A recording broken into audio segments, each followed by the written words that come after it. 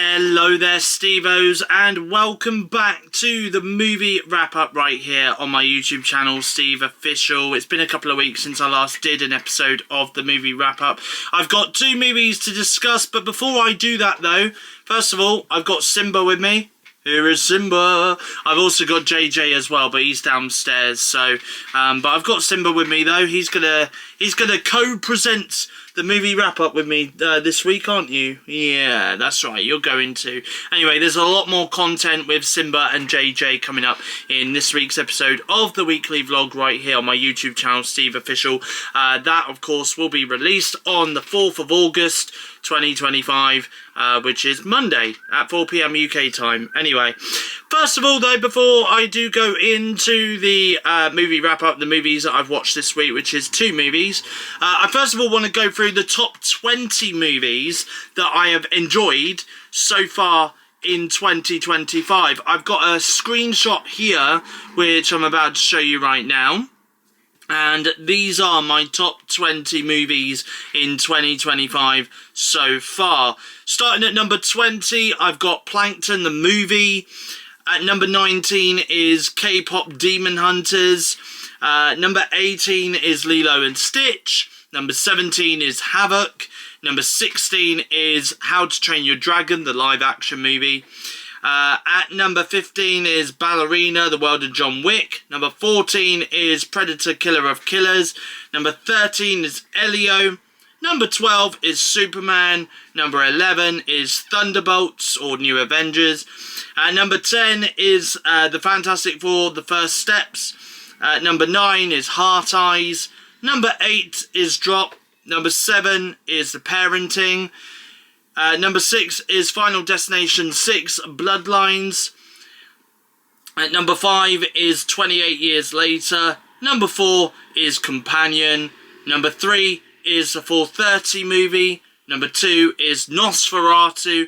And taking the number 1 spot is A Real Pain. So congratulations to A Real Pain. That's one movie that I've definitely enjoyed, and it was at the beginning of 2025 as well that I enjoyed that movie. So congratulations to A Real Pain for taking the top spot. Will that change at the end of the year though? Who knows? We'll find out at the very end of 2025. I can't believe we're already halfway through the year already, and I'm going through the top 20 movies of 2025 so far. It's absolutely crazy. Anyway, there is two movies in that list, by the way. The Fantastic Four, The First Steps, and Superman, which has made it into my top 20, shall we say. One of them's made it into the top 10, which is Fantastic Four, The First Steps. So without further ado, we're going to talk about them two movies right now here on the movie wrap-up. So without further ado, let's start this week's episode off with the movie wrap-up. You're watching Steve's Movie Wrap-Up, episode 76, right here on my YouTube channel, SteveOfficial. The first movie we'll be reviewing in this episode is The Fantastic Four, The First Steps. So we are starting off this week's episode with The Fantastic Four, The First Steps, and I just realised that I'm kind of in the way of the poster. There we go. Poster's right here, everyone, of course. So The Fantastic Four, The First Steps, I gave 3.5 stars over on Letterboxd. Fantastic Four, The First Steps is the latest MCU movie by Marvel Studios, and I must admit, I absolutely enjoyed this. Now, I will be honest in this review, I've only seen one Fantastic Four movie in my lifetime, and that was Fantastic Four Rise of the Silver Surfer. I remember owning that on PSP. Remember the PlayStation Portable? And you used to have these little discs which were either games or movies. Well, I had the movie Fantastic Four Rise of the Silver Surfer on PSP, and I used to watch that a lot as a kid growing up. I feel as though at some point I should go back and revisit and rewatch that movie because it's on Disney+. Anyways, back to Fantastic Four, The First Steps, and what did I think of this? Well, I had a really awesome time with this one. It's Marvel's first family. It's directed by Matt Shakman and also stars Vanessa Kirby, Pedro Pascal, Joseph Quinn and Julia Garner. Can I say that this has a star-studded, jam-packed cast? Julia Garner has appeared in this, in Wolfman that came out earlier this year and will next feature in upcoming horror movie Weapons, which I will be reviewing over the next week or so. Vanessa Kirby has appeared in this and is also set to appear in an upcoming Netflix movie which will be streaming on Netflix in August, which I will watch and review in August as soon as it releases. Joseph Quinn has also appeared in a few things now, being in Stranger Things on Netflix, being in A Quiet Place Day 1, and now appearing in this movie. And as for Pedro Pascal, well, he is basically in everything we seem to be watching lately. The TV series The Last of Us, the TV series The Mandalorian, which they are adapting into a movie, which is Mandalorian and Grogu, and he is also appearing in another movie which is set to release here in the UK in the next few weeks called The Materialist, which again I will watch and review when I get around to watching. This man doesn't seem to be slowing down at the moment at all. Pedro Pascal, Pascal fatigue, anyone? I will say though, the cast members here all shine individually, and I think the family dynamic and the family chemistry is there for sure. I did feel as though, given the post-credit scene of the New Avengers / Thunderbolts, I would have thought we would have seen Fantastic Four enter the portal into the current MCU timeline. Slight spoiler there, I guess, if you haven't seen this movie yet, or both movies, but sadly we don't see that. However though, I won't give away too much about the mid-credit scene, but I will say it does set up Avengers Doomsday in a perfect and neat way. The second credit scene, which is at the end of the credits, is just something rather fun to watch if you do decide to stick around and watch that. As for the music scoring though, as I do this review, I still have the music scoring going off in my head. It's rather catchy if I'm honest, and I think this is a movie soundtrack I can for sure see myself going back to and listening from time to time over and over again, which is rather rare when it comes to a movie soundtrack. However though, there is some movie soundtracks I do go back to and listen to from time to time. Men in Black in particular is one of them, scored by Danny Elfman.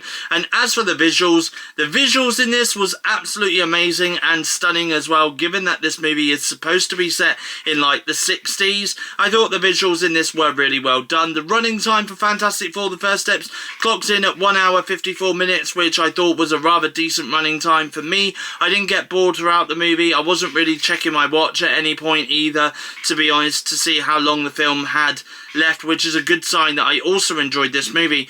The villain, well, there was two villains technically, the first being Silver Surfer, played by Julia Garner, and I thought that she was pretty great as Silver Surfer. I loved how Johnny Storm, played by Joseph Quinn, tried to flirt with Silver Surfer throughout the movie. I thought that was rather funny. Then you have the main big bad villain of the movie and one of my favourite Marvel villains of all time, Galactus. Now Galactus, for those who don't know, can eat planets and destroy universes. He is one of the biggest and powerful Marvel villains you could have in Marvel history, and I really do hope they bring Galactus back at some time in the future to a future MCU story or movie, because Ralph Ineson, who played Galactus in this movie, he was absolutely terrifying. His on-screen presence was off the scale terrifying in this movie, and it made me want to see more of Galactus in the future. I have heard that the one of the early Fantastic Four movies did do Galactus as the villain, but they made him into a space cloud, which wasn't really well received. And also in what comic book does, Galactus looks like a space cloud. I can't wait for the day I sit down and watch all of these Fantastic Four movies I haven't seen so I can go more in-depth with them. You don't need to have seen any Marvel movie in the past to watch this. This is its own standalone movie, which is great to see. You don't need to understand who the characters are. I am, in a way, glad they did a story that is about action and adventure rather than an origin story about how these superheroes got their superpowers, because it's been done plenty of times before. We do see a little montage of the Fantastic Four team before they go up to space for the first time, which is where they get their superpowers. But all of this is explained through a montage, and we do also get a little insight into the backstory of Silver Surfer in this movie as well. But for Marvel fans who have seen every Marvel movie before, this, you are still going to have an enjoyable time with this one. It is Fantastic Four, the first steps of movie. I can see me going back and rewatching again at some point in the future. Definitely for sure. I can see myself rewatching this one again once it hits Disney Plus later this year, because I had a really enjoyable time watching this one. Fantastic Four, the first steps is now currently showing in cinemas and theatres worldwide. Superman 2025. And finally, the final movie I watched this week was Superman, which I gave 3.5 stars over on Letterboxd. David Corenswet, Rachel Brosnahan and Nicholas Hoult star in the new Superman movie, which is directed by James Gunn, the same director behind the live-action Scooby-Doo movies in the early 2000s, the same director behind Guardians of the Galaxy in the MCU, and he is no stranger to the DC Universe already, as he has directed his own Suicide Squad movie, which he released a few years ago. I believe that was released back in 2021. Time really does fly by when you watch too many movies, I guess. So what did I think of James Gunn's rebooting the DCU and also his take on a new Superman movie? Well, I did somewhat, for the most part, enjoy this movie. A couple of things, however, I am still not sold on, starting with the dialogue, and I will be honest, the dialogue in this was good. I will say it does still have its charm and humour in here, which James Gunn has done in his previous superhero movies. So the charm and the humour is still in here. As for the characters, well, we have David Corenswet play the main lead role of Superman, and I'm still not entirely sold on him being Superman. That being said, though, I don't have a favourite Superman actor because I haven't seen all the Superman movies to ever exist out there. But I think over time, the more we see this version of Superman, I'm sure the character will grow on me. I did enjoy the character of Lois Lane, though played by Rachel Brosnahan. I thought her character was rather well developed in here. And let's just take a moment to take a bow for Nicholas Hoult playing the villain in this movie. Lex Luthor, or was it Luthor Lex? I'm still confused, but either way, Nicholas Hoult playing the bad guy, though. I could watch him being the villain in the DCU for hours and still not get bored at all. He was that good. I did enjoy a lot of the camera shots in this movie. Superman definitely did feel like one of those movies that you should go and see on the big screen for sure over the summer at some point, if you are a fan of superhero movies, that is. But I do feel as though you don't have to see any of the previous Superman films before this to understand this one, because where this is a reboot of the DC universe, we will see new fans come into the DC universe and they won't have any idea as to who Superman is unless they have read the comics in the past. But Superman and his background does get revealed in text form during the opening sequence of the movie. There is also a cameo of John Cena's Peacemaker as well at some point during this film, which reminds me I really should watch the first and second season of that Peacemaker show, because that's part of the DCU, and that show is again directed by James Gunn, I believe. Season 2 of that show will be hitting streaming in August 2025. Do I recommend going to see Superman? Yes, for sure I do. Think you should see this if you are into your action movies, because there is a lot of action packed into this movie, which the running time does clock in at 2 hours and 18 minutes. There is also 2 post-credit scenes as well, worth checking out at the end of the movie if you don't mind sitting through the credits as well. And is Superman a movie I can see me rewatching and revisiting again in the future? I think so, for sure. I think this will definitely be a movie I can see me purchasing to buy and keep on digital platforms when it hits digital platforms later this year. But for now, though, Superman is now currently showing in cinemas and theatres worldwide. Isn't that right, Simba? Yeah, that's right, Simba. And that is all I've got time for this week's episode of the movie wrap-up. A big thank you for watching this episode. If you have enjoyed it, then feel free to give it a like. Feel free to leave a comment in the comment section down below. Let me know what movies you guys have been watching this week, whether it's old, new, in cinemas, on streaming, Blu-ray, DVD, VHS. Let me know in the comment section down below what movies you've been watching this week. As always, love to read your comments, don't we, Simba? Yes, we do. And as always, if you are new around here and you like what you see, especially Simba being the star of this episode of the movie wrap-up, then feel free to hit that subscribe button down below to become a Steve-O. I will be back on Monday the 4th of August 2025 at 4 PM UK time with my next episode of Steve's Weekly Vlog.